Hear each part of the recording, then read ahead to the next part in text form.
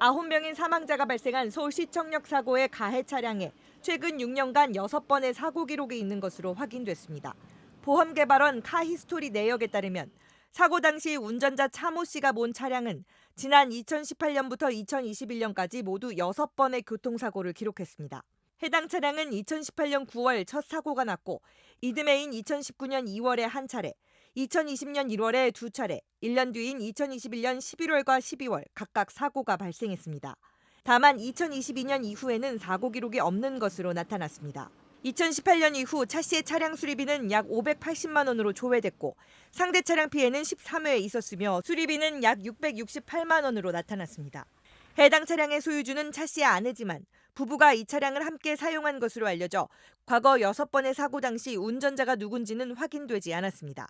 또 무슨 문제로 어떤 사고가 났는지는 기록만으로는 정확히 알 수 없는 상황입니다.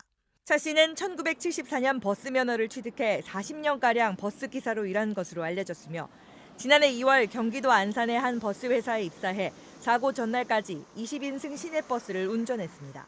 차 씨가 근무했던 버스 회사 측은 차 씨를 무사고 경력자라고 말했고 차 씨 아내 또한 사고 직후 언론 인터뷰에서 남편을 베테랑 운전자라고 주장했습니다.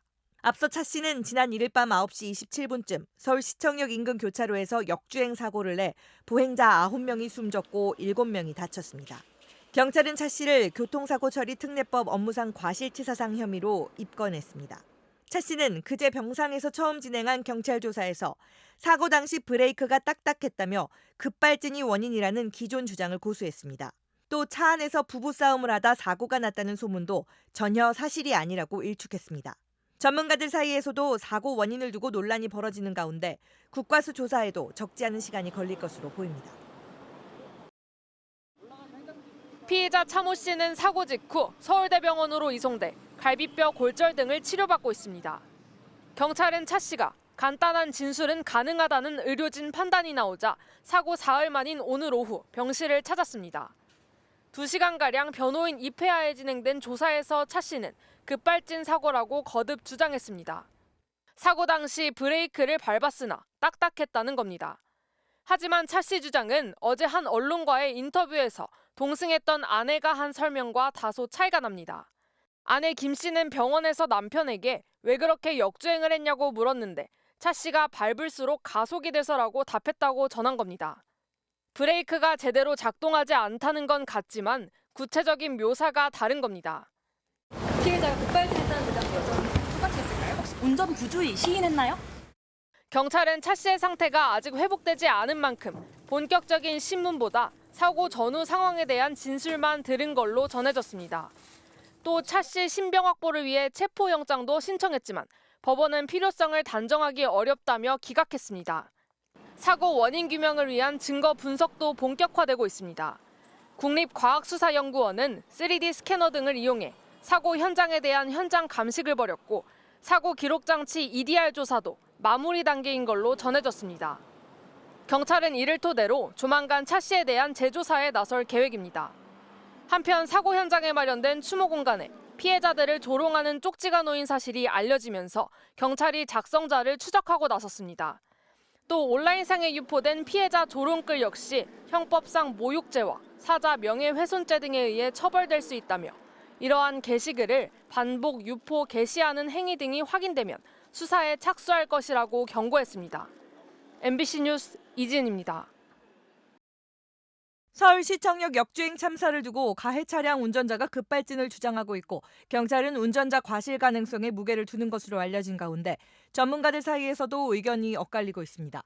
국내 자동차 정비 분야 1호 명장으로 알려진 박병일 씨는 CBS 라디오 김현정의 뉴스쇼 인터뷰에서 가해 차량의 경우 일반 차들과 다른 특성이 있다며 운전자의 과실은 3, 자동차의 결함 문제를 7로 본다고 주장했습니다. 사고 차량은 2018년식 현대자동차 제네시스 G80 모델로 전방에 있는 물체를 감지해 자동으로 차를 세우는 긴급 제동 장치가 제대로 작동되지 않았을 가능성이 있다는 겁니다.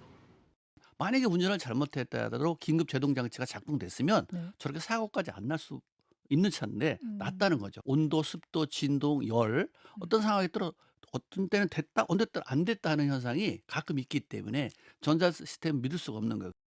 해당 차량은 긴급 제동 장치 문제로 한 차례 리콜을 받은 적이 있습니다. 박 씨는 사고 당시 브레이크 등이 들어오지 않은 점에 대해서도 전자 제어 장치 오류 가능성을 배제할 수 없다며 브레이크 등만 갖고 제동 여부를 판단하는 건 이르다고 주장했습니다. 또 가해 차량이 마지막에 스스로 멈춘 점에 대해서는 사고 충격으로 안전장치가 리셋되면서 다시 작동했을 수 있다고 추측했습니다. 그는 다만 정확한 원인은 사고 기록 장치 추출 내역과 엑셀 포지션 센서, 브레이크 시스템 등을 전체적으로 확인해야 한다며 한두 달은 걸릴 것이라고 말했습니다. 반면 염건웅 유원대 경찰 소방행정학부 교수는 통상 급발진 차량은 전자장치 이상으로 오히려 더 가속이 붙어 구조물과의 충격에 의해 멈추는 경우가 대부분이라며 스스로 멈춘 이번 사고의 경우 급발진 가능성은 제로에 가까워 보인다고 분석했습니다. 염 교수는 급발진 차량의 경우 운전자는 제동장치가 컨트롤되지 않으니 핸들을 조작해 차량을 피하고 사람을 치지 않으려는 정황이 나타난다며 특히 사고 차량 운전자는 현직 기사로 운전을 잘하시는 분이기에 회피 운전 정황이 더 잘 나타나야 했다고 주장했습니다. 김필수 대림대 자동차학과 교수도 급발진은 원인을 밝히기 어렵고 본인의 실수를 면하라고 이유를 대는 경우가 있다며 급발진 가능성이 낮다고 말했습니다. 경찰은 사고 차량과 피해 차량의 블랙박스, 주변 CCTV 등을 국과수에 보내 정밀 분석을 의뢰한 상태입니다.